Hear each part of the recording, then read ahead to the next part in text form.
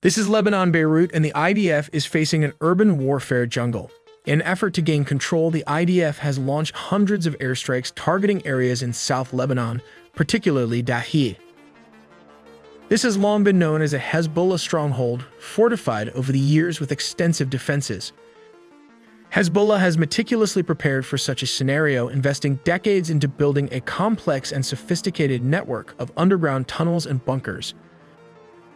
These tunnels allow Hezbollah fighters to launch attacks on IDF convoys and swiftly move to new positions, using the dense urban landscape to their advantage. We'll also look at the IDF tactics of room clearing and Hezbollah's strategy to counter them, all in the videos ahead. According to Israel, the ground invasion of Lebanon was launched to allow more than 60,000 residents in the north to return to their homes, which they had evacuated due to rocket fire. To achieve the return of its civilians, the Israel Defense Forces aimed to create a buffer zone throughout southern Lebanon. They did this by launching airstrikes using F-16 fighter jets and bunker buster bombs, resulting in the loss of lives of thousands of civilians in the region. Their objective was to eventually neutralize the southern part of Beirut, specifically Dahieh, which is a Hezbollah stronghold. Their aim is to assassinate Hezbollah leader and commander, just like they had done with late Hassan Nasrallah. The ground invasion through southern Lebanon to eliminate rocket and missile threats requires deploying troops on the ground. However, this approach presents several challenges. The Israel Defense Forces must transport heavy equipment such as the Merkava tanks and Mamer armored fighting vehicles. The difficult, mountainous, and rocky terrain poses significant logistical challenges for the engineers, making movement and deployment of such equipment cumbersome and time-consuming. Urban warfare further complicates the situation. One of the most pressing threats is the presence of snipers hidden within buildings. Even a small number of snipers can halt the advance of an entire squad, creating a psychological barrier and instilling fear among the soldiers, effectively disrupting their movement and combat effectiveness. Additionally, Hezbollah has spent the last 2 decades constructing an extensive network of tunnels that connect various buildings. This underground infrastructure allows Hezbollah fighters to move undetected and launch surprise attacks. For example, if an IDF convoy is advancing through an area, Hezbollah fighters could flank them from one side, and after attacking, they can quickly relocate to another building through the tunnels, avoiding detection and counterattacks. This scenario creates a dangerous cat and mouse dynamic for the IDF, as their soldiers must constantly be on alert, navigating through an unpredictable and hostile environment where the enemy has the advantage of both terrain and tactics. Let's take a look at the IDF strategy in clearing a house, and it's very difficult.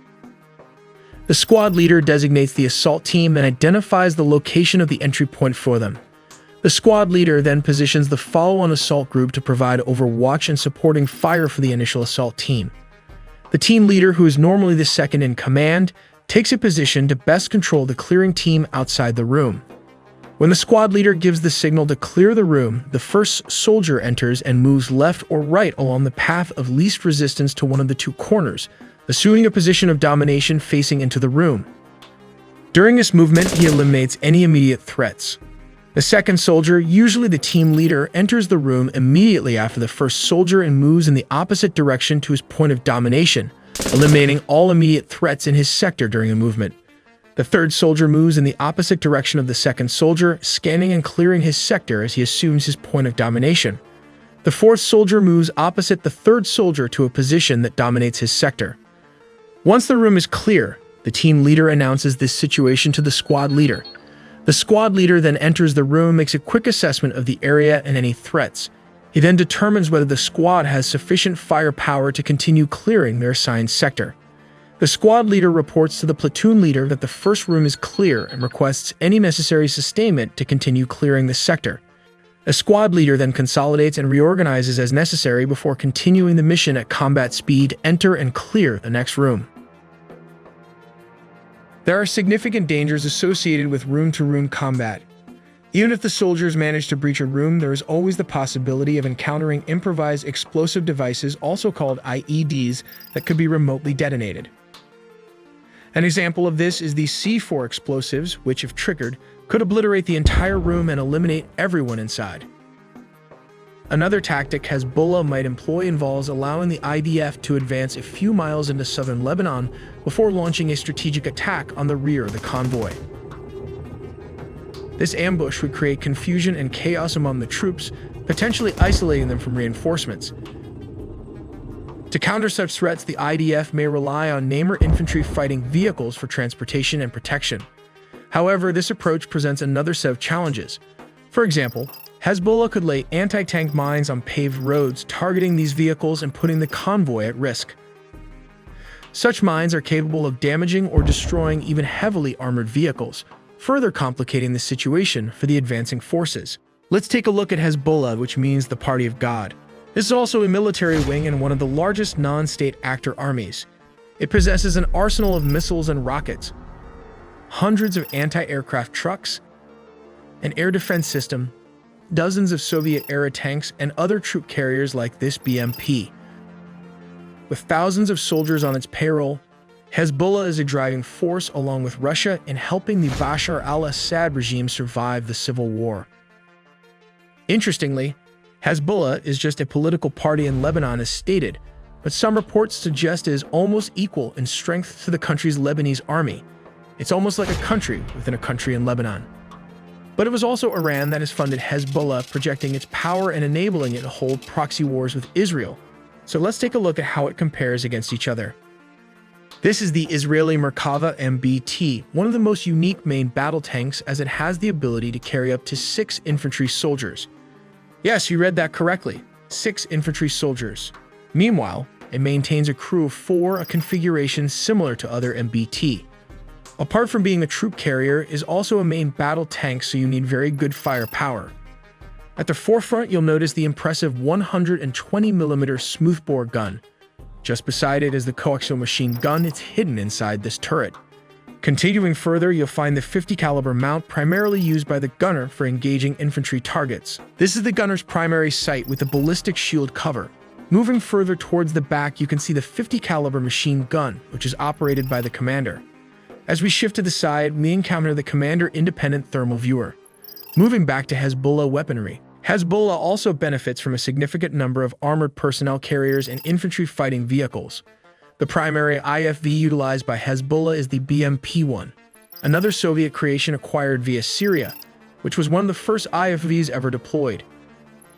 Combining the maneuverability and light armor of an APC with heavier weapons akin to a tank, the BMP-1 was a revolutionary vehicle, offering troop transport capabilities coupled with considerable firepower.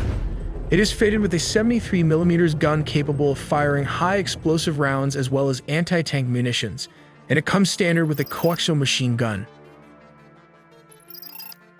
Hezbollah also has dedicated anti-aircraft guns from the early 1950s, such as the Zushka-23 or Zu-23. This is a dual-mounted gun with a very high rate of fire, making it very effective against aircraft and even capable of destroying tanks. These guns are usually stationary, but the Soviets found that mounting them on medium trucks proved beneficial for shoot and scoot capabilities. Hezbollah has gone further by mounting them on pickup trucks, such as this Toyota version. For some reason, these pickup trucks seem to have become the mainstay of many militant groups in this area. Reports suggest that Hezbollah also possesses the Pantsir-S-1 system. This advanced system uses a combination of 6 medium-range missiles and this 2 dual 30mm autocannon guns located here. At $20 million, these medium-range anti-aircraft systems provide a significant advantage. Let's look into how Israel detect and track these weapons inside these buildings. It uses satellite to scan the Lebanese landscape and monitor Hezbollah's military structures both day and night. These satellites are equipped with synthetic aperture radar called SAR, which provides high-resolution data for analysis. The data collected by these satellites is processed and analyzed using artificial intelligence. Once interpreted, the algorithm can distinguish between disturbed and undisturbed soil and identify areas emitting high levels of gases, such as methane or other sources of heat. Once confirmed, attack drones are deployed. These drones fly to their designated targets and verify heat signatures and shapes based on the synthetic aperture radar data provided by the satellite. After confirmation, a Hellfire missile, which is an air-to-ground precision weapon, can be launched capable of destroying or leveling the building structures entirely.